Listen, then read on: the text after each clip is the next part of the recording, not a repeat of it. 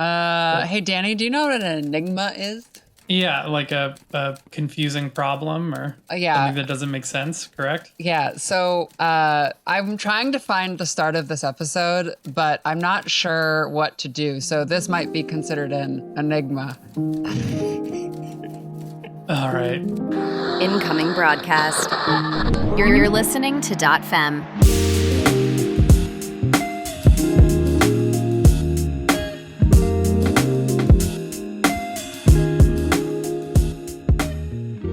Welcome to .fem. I'm your host, Danielle Gonzalez. That's a pretty funny one. I'm Claire. So last episode, we were talking about Alan Turing and everything he did to help the Allied powers achieve victory against Nazi Germany in World War II. You know, the Enigma problem. Exactly. But as I'm sure everyone can guess by the fact that this is a part 2, that's not where Alan's story ends. I have a question for you, Danny. Uh-huh. So I don't know if you know, but we are a queer history podcast. Yeah. Now, I mean, I know we learned earlier that like Alan, kind of had this really close friend named Christopher, but like we didn't really sure like, what was the deal with them. But we've been learning a lot about math and not a lot about queer history here. So where does the queer part of this history come in? Alan is the queer part of this. Oh, Alan what was happens gay. Next? Alan was gay. And in fact, he was pretty open with his sexuality. We don't know a lot about specific relationships he had apart from, Christopher Morecambe and another one, which we'll get to here in a little bit. But from what I understand, he didn't go around telling people he was gay, but he didn't make a concerted effort to hide the fact that he was gay per se. Sure. In fact, while he was working at Bletchley Park, he did date and propose to a woman named Joan Clark, who was she was a fellow cryptanalyst and an equally brilliant mathematician. They got along very well as friends. But after proposing during the engagement, Alan, had confessed to her that he was gay, that he was a homosexual. And reportedly, she kind of didn't mind. She was like, okay, whatever. Yeah. But Alan felt that marrying her would be dishonest and not fair to her. So he broke off the engagement anyway, even though she didn't seem to care. But, his coworkers seemingly knew that he was gay. Most of them didn't seem to care. He was a very kind, lovable, very quirky individual, but, life of a party, people really seemed to like Alan. His coworkers at Bletchley, spoke nothing but praise for this man. Yeah, I mean, he was a gay man, and I know we're learning a lot about math, but I think that this is queer history because a gay man was doing it, Yeah. So, Yep. Also fun. It didn't really come up in the conversation so far, but not a lot of people know that Alan Turing was like an Olympic level runner. What? Yeah. He never competed at the Olympics, but he ran every day, and he was fast. It was fast, boy. Was definitely able to compete in the Olympics if he had wanted to. So, wow.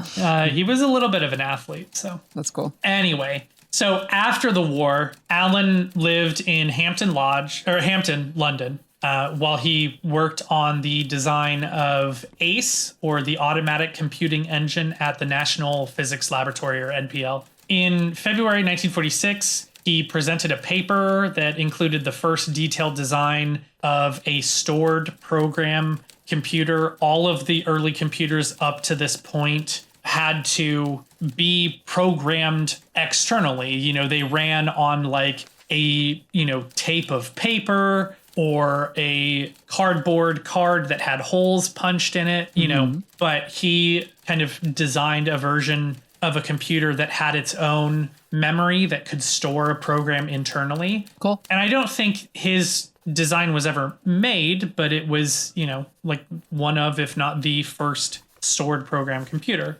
In 1948, Alan was elected mathematics department reader at the University of Manchester. which is just a fancy title for like a, esteemed researcher of the math department in Manchester. A year later, he became the deputy director of the computing machine laboratory, where he worked on one of the first stored program computers to be built, which was called the Manchester Mark I. So, not based on his design, but very similar. I imagine that must have been, pretty fulfilling to see a similar design borne out in reality.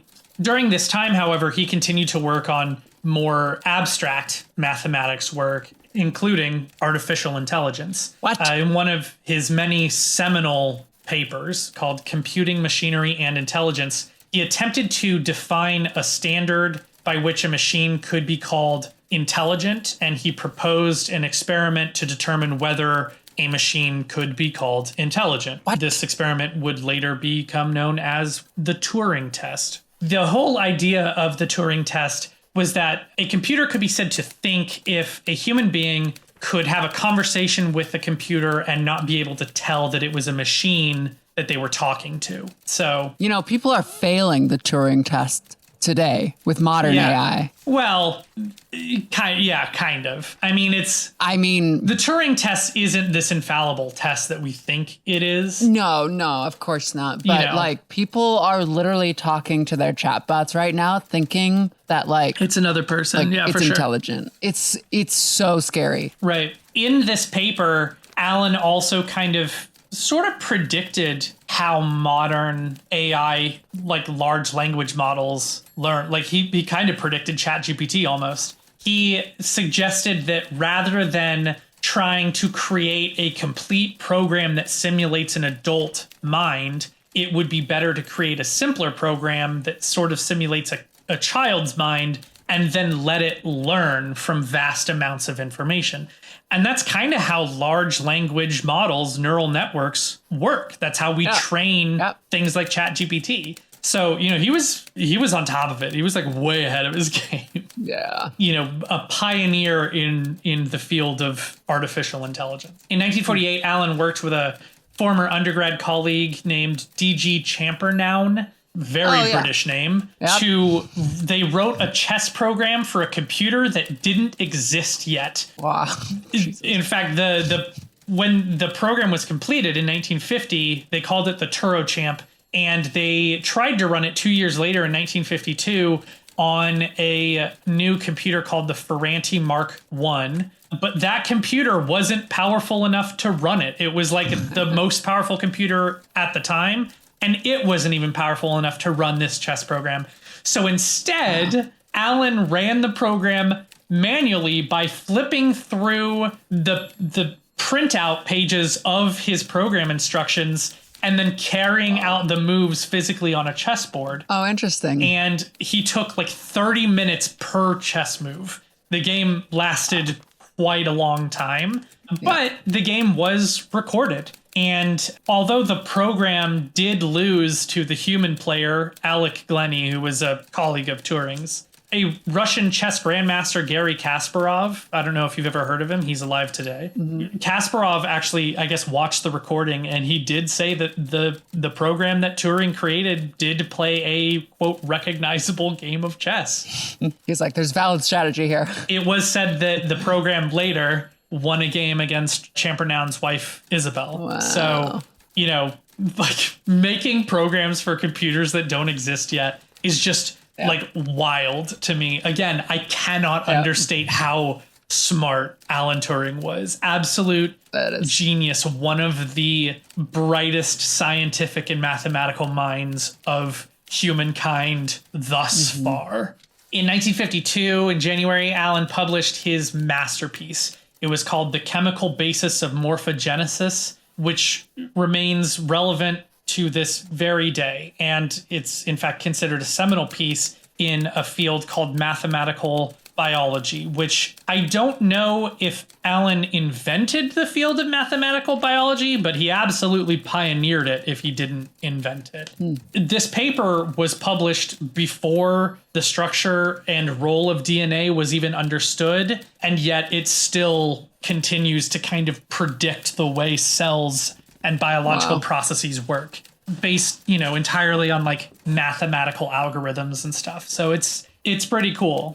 His work on morphogenesis and mathematical biology was inspired by something that was happening to him. And in order to understand what was happening to him, we have to go back a year to December of 1951. So Alan meets this man named Arnold Murray. And Murray was this 19-year-old man who, they met just outside of this local cinema that Alan Turing was. Alan is 40 now, by the way. Yes, so Alan is 40 years old. Want to know. He meets this 19-year-old boy. In January of 1952, they begin a romantic relationship. And on January 23rd, shortly after they start dating, Alan's home is broken into, but nothing kind of seems to be stolen. And when Alan tells Murray about it, Murray, kind of knows something. It happens that the person that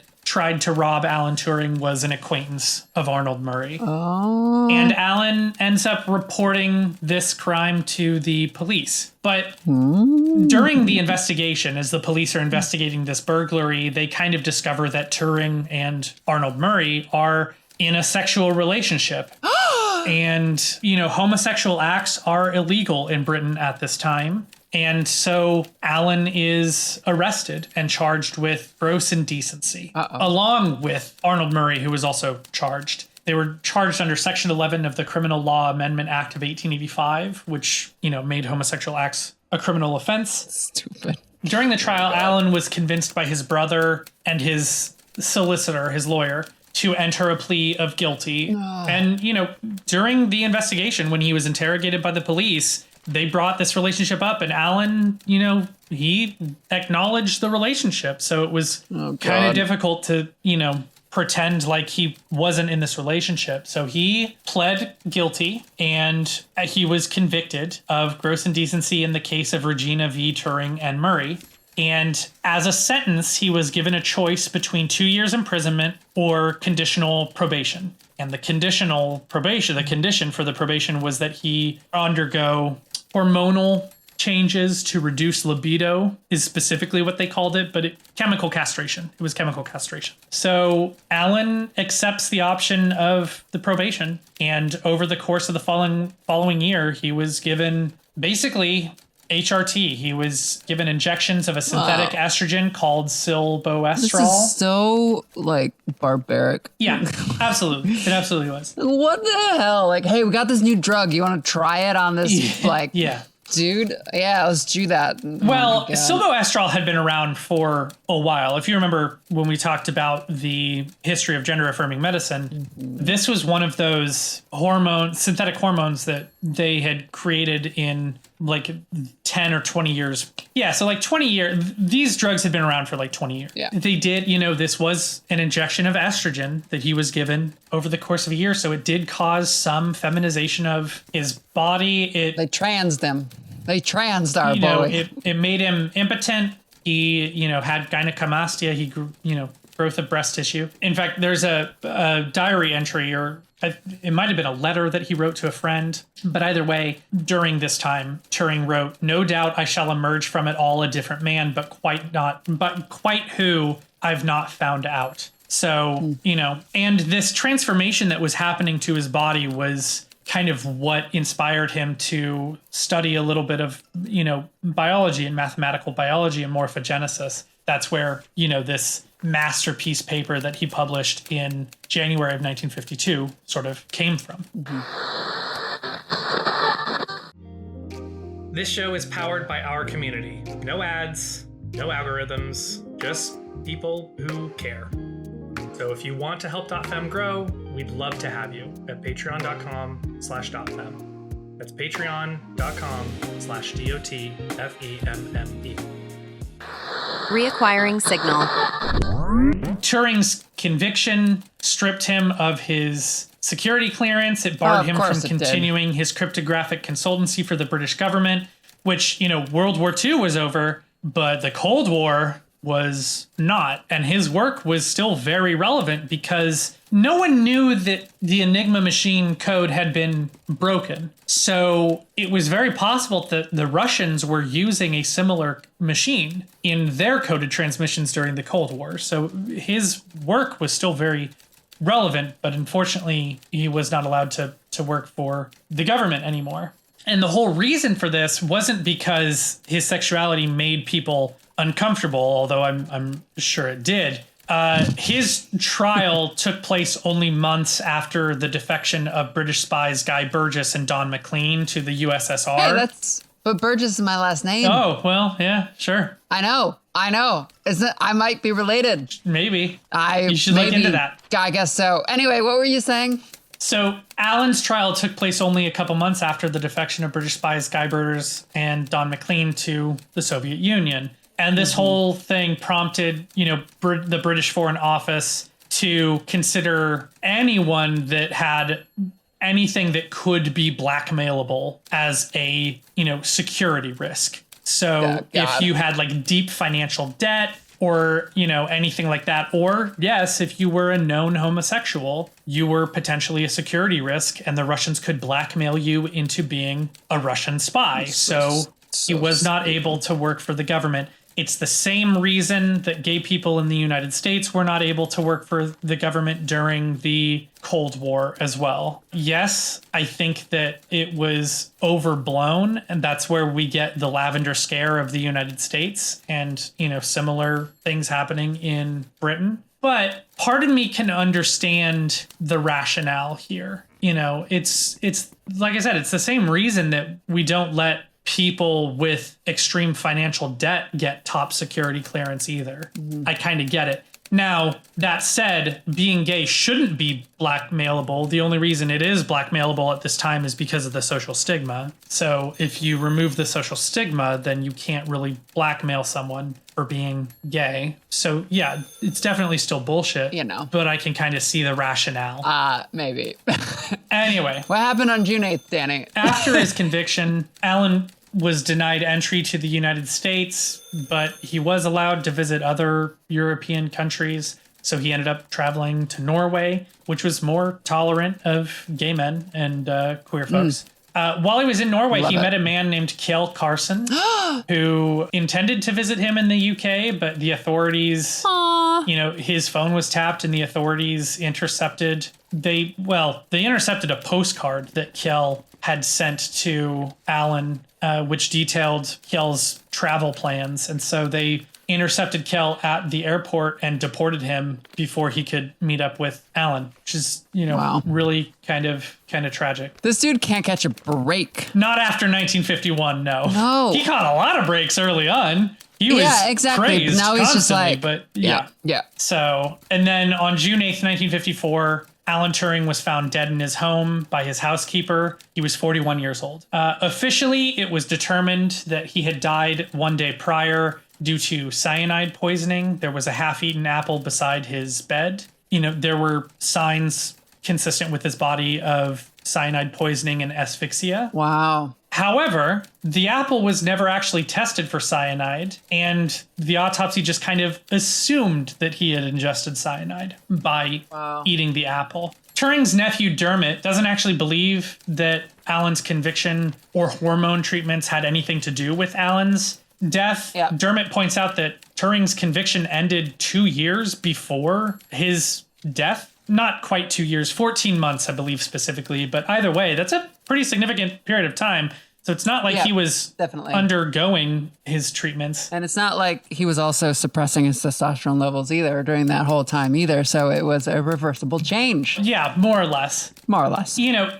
There was no evidence found that the treatments had really any kind of impact on Alan's mental health. In fact, he was described by friends as having taken it in good humor and with a certain level of fascination. There was definitely stress. Yeah. I think there was definitely stress about it. The dude was incredibly intelligent. I'm sure he was I'm sure he was observing all the changes that his brain was going under because it was, being flooded with estrogen and Now, in some of his diary entries, he did describe, being distressed by this naturally. I mean, they were essentially creating dysphoria for him, which is inherently stressful. If he were undergoing that at the time of his suicide, I could understand the conclusion that he might be driven to suicide. Lord knows, I can't speak for you, but I have been suicidal due to dysphoria in the past, in addition to, just having clinical depression, which leads to suicide, dysphoria or not. But, I could understand if he was suicidal because of his treatments. But again, the treatments ended 14 months before his death. So I'm not sure that the explanation of suicide really squares up with what happened. And in fact, there's even an alternate theory for Turing's death by, an official Turing biographer and, some other people that knew him. And that was that Turing's cyanide poisoning may have been entirely accidental. He may have inhaled cyanide fumes while performing an electroplating experiment that, was in his house at the time. He was doing scientific experiments in his guest room, one of which was an electroplating experiment. Specifically, he was electroplating gold onto a sheet of metal. And one of the ways that you can do that is by dissolving gold in a solution of cyanide, essentially, but it can let off cyanide fumes. So it may have been accidental exposure to that. And in fact, he was regularly reported as eating an apple before bed. That was something that many friends said he did. His mom said he did. So it wasn't unusual to find a partially eaten apple next to his bed. There are some friends of his who do think that maybe it could have been suicide. And if that's the case, they think that he may have been reenacting a scene from one of his favorite plays or potentially movies, if he had seen it, which was Snow White and the Seven Dwarfs, where the witch, dips an apple in a poisonous brew. So some people think that if he wanted to go out, he wanted to do so on his own kind of romantic terms, reenacting one of his favorite plays.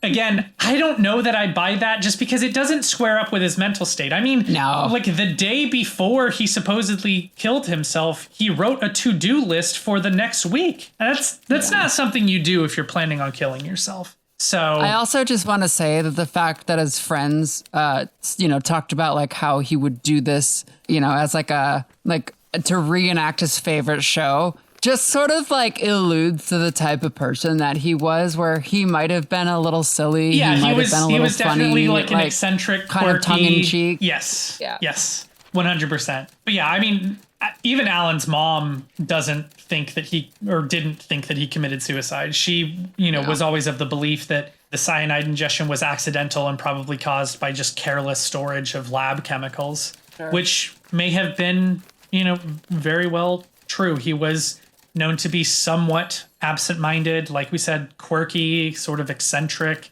a little theatrical, but not, crazy over the top. Yep. In years since his death, there's been a lot of attempts to diagnose Alan posthumously as autistic. I don't know that... I can't say yes or no, but it wouldn't surprise me. I mean, potentially, but a lot of his friends have always described him as being very, quiet, but still socially outgoing. Not, he was able to pick up on social cues. He wasn't like shying away from people intentionally. He just, was absorbed in his work. So if he was autistic, I'm not sure it's, the way that he's been portrayed in popular media. There was a movie that came out like a decade ago about his life called The Imitation Game. And it was very specifically about his work at Bletchley. And in that, he was, honestly, that movie was kind of character assassination. in my opinion, and a lot of people's opinion. I mean, don't get me wrong. He was definitely portrayed in kind of a favorable light. He was definitely kind of a likable guy. You wanted to root for him in the film, but it wasn't particularly accurate. In fact, the official historian of the GC and CS of the code breaking unit, when the movie came out, his review was, the film gets two things right. His first name was definitely Alan, and there definitely was a World War II against Germany. So it's like, all right. Damn. And, after watching that movie, I watched it after I did all this research. I kind of agree. It's not particularly accurate. Like, if you want to get a general idea of Alan Turing and kind of the work the code breakers did in World War II, sure, but like there's so much with that movie that's like not correct. It's wild. So after Alan's death, in August of 2009, there was a British programmer named John Graham Cumming who started a petition online to urge the British government to apologize for prosecuting Turing under gross indecency. The petition garnered more than 30,000 signatures. Prime Minister Gordon Brown acknowledged the petition in a statement on September 10th, 2009, and called Turing's treatment appalling. And he personally apologized for Turing's persecution. Oh. But the conviction still remained on the books. So in December of 2011, William Jones and John Leach created a petition requesting that the British government pardon Alan Turing. This petition received over 37,000 signatures, and they ended up submitting it to Parliament. Parliament took that petition and over a few years introduced several bills intended to pardon Turing, most of which kind of didn't go anywhere, but there was one that was read in front of the House several times, although it was never successfully voted on. However, right before it was about to be voted on for the third time, Parliament just kind of referred the case to the royal government under the royal prerogative of mercy. And so on Christmas Eve 2013, Queen Elizabeth II signed a pardon for Turing's conviction. And finally, he caught was a officially break. pardoned. Only after his death did he catch this break. Right. Oh, and then 3 man. years later, the government introduced essentially an extension of Alan's pardon to anyone that had been wrongfully convicted of gross indecency or lewd acts related to homosexual conduct. Wow. It was officially part of the Policing and Crime Act of 2017, but it was colloquially called the Alan Turing Law. It's pretty, yeah. Yeah, and in addition to Alan's work on cracking the Enigma code, he made a lot of other cryptographic advancements, including something called Banburismus, which is a sequential statistical technique, which has later been called sequential analysis. It was used to break a different version of the Enigma code used by the German Navy. I believe Banburismus broke the naval Enigma machine first, but I might be wrong. But also, it gave rise to the sort of hypothetical unit of measurement called the ban, which is used to weigh whether a hypothesis has merit or not. He also created a technique called Turingery, which was used to help break the Lorenz cipher, which, was codenamed Tunny at Bletchley Park. Though, a caveat here, a lot of the work used to break the Lorenz cipher was actually done by a couple other men, W.T. Tutt and Tommy Flowers, especially Tommy Flowers, who he actually built the first computer in the world at Bletchley Park that cracked the code. He built it before Alan built the bomb, I think. But Alan's creation of Turingery was very helpful in helping to crack the Lorenz cipher, which was a much more complicated cipher than the Enigma. The Enigma machine was used for general Nazi communications. The Lorenz cipher was used specifically for German high command. So that was also very important to break. So, and Turing was very helpful in helping to break that. There's also something called Turing completedness when we talk about programming languages and computers today. Turing completedness, also sometimes called computationally universal, is a means by which a system is able to recognize or decode other data manipulation rule sets in computability theory. Basically not every, but virtually every programming language in the world is considered Turing complete. Cool. Meaning that if you ignore the limitation of finite memory, if you had infinite memory, just about every programming language could be used to simulate a complete Turing machine. So wow. There's also CAPTCHA. Have you heard of CAPTCHA? I have. And I'm also thinking about quantum as well here too. Well, Because that's like infinite memory, but not really. Quantum's a completely different thing. Okay, all right. I'll stay in my lane. CAPTCHA, however, is a Turing test. CAPTCHA is an acronym that stands for Completely Automated Public Turing Test to Tell Computers and Humans Apart. Have you seen those AI agents who are able to complete the CAPTCHA test? No. It's scary. It also depends on the version of CAPTCHA. Yes, it does. Yes, because there are some versions of CAPTCHA that specifically are based on like computer use and browsing habits, and I imagine a AI would not pass that one yet. But yeah, that's interesting. The CAPTCHA is it's not a traditional Turing test. Sometimes it's called a reverse Turing test because it's a traditional Turing test is given by a human to a machine, and a CAPTCHA is by a machine given to a human.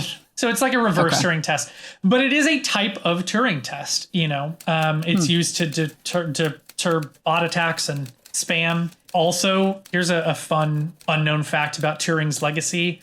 There's a treasure associated with Alan Turing. Has it been found? No, it's never been found. So here's the story. Oh, treasure hunt, Dany. In the early 1940s, when Alan was working at Bletchley Park, he started to be a little worried about a potential German invasion of Britain. And he was specifically worried that he would lose his life savings during this potential invasion. So to protect his savings, he bought 2 silver bars. Each of them was worth like 24,000 pounds today. So like a total of 48,000 pounds. And he buried them somewhere in the woods near Bletchley Park. However, when he later returned to dig them up, he couldn't break his own code that he used to describe where specifically he buried them. And the area had also been renovated in the intervening years, so he was never able to reacquire those silver bars. So they're still in the woods near Bletchley Park somewhere. So, listeners, if you go out there and find Alan Turing's treasure, let us know. And maybe send some of it to our Patreon. Yes, please. That'd be amazing. Anyway, that's Alan's legacy. I mean, ultimately, his legacy goes way further. There are way too many like posthumous tributes, titles, awards to be mentioned here. I mean, computer programs across the world are named after him, science buildings, etc. In fact, there's the UW Computer Lab is named after him. It's the UW Turing Computer Laboratory. So I can't go over his entire legacy, but that's some of it. And in my opinion, I think the most important part of his legacy, at least to me, and especially today, is summed up by Tony Hale, who worked as part of the Bletchley Park Trust. And in the early aughts, he wrote, Bletchley Park didn't win the war. People with guns and bullets and things did that. But I think Bletchley Park is a great exemplar, particularly to the younger generations now, of brains over bullets. You can defeat an enemy intellectually, and that was shown at Bletchley Park. And Alan was a key part of that team. So to me, the greatest and most important part of Alan's legacy is that. It is his genius in showing that you can stand up to and defeat an enemy with brains, with thought. So that's right. But anyway. Thanks, Alan. Well, I think that about wraps it up for our Alan Turing episode. So if you like this episode, let us know. If you're listening on YouTube, all the normal stuff, like, comment, subscribe. Yep. If you're listening on Spotify, you can comment there too. Put it in the we'd love to know what everyone thought of this episode. So you can find more episodes wherever you get your podcasts or directly on our website at .fempodcast.com. If you really enjoy queer history and want to help us preserve these types of stories, please consider supporting us financially over on Patreon. If you have suggestions for other queer histories that you would like us to cover, definitely, drop us a line, let us know. You can send us an email on our website using the form, or you can even send us a letter in the actual mail with a stamp to our P.O. box. Has paper. Which you can find the address to our P.O. box on our website as well. Yep. So we would definitely love hearing from everybody, especially if you have like local small town queer history stories from like your part of the world. We, probably don't know about those, and we would love to learn about them. So like definitely that one lady from that one place that did that one thing. Oh yeah. Oh yeah. You know.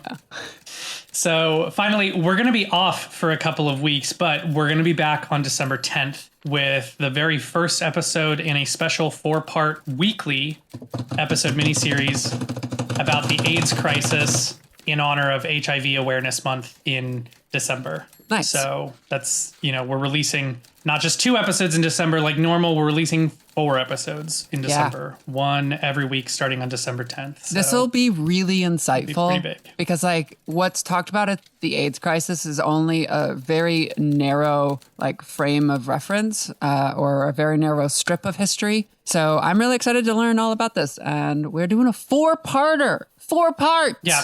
Anyway, it's going to be great.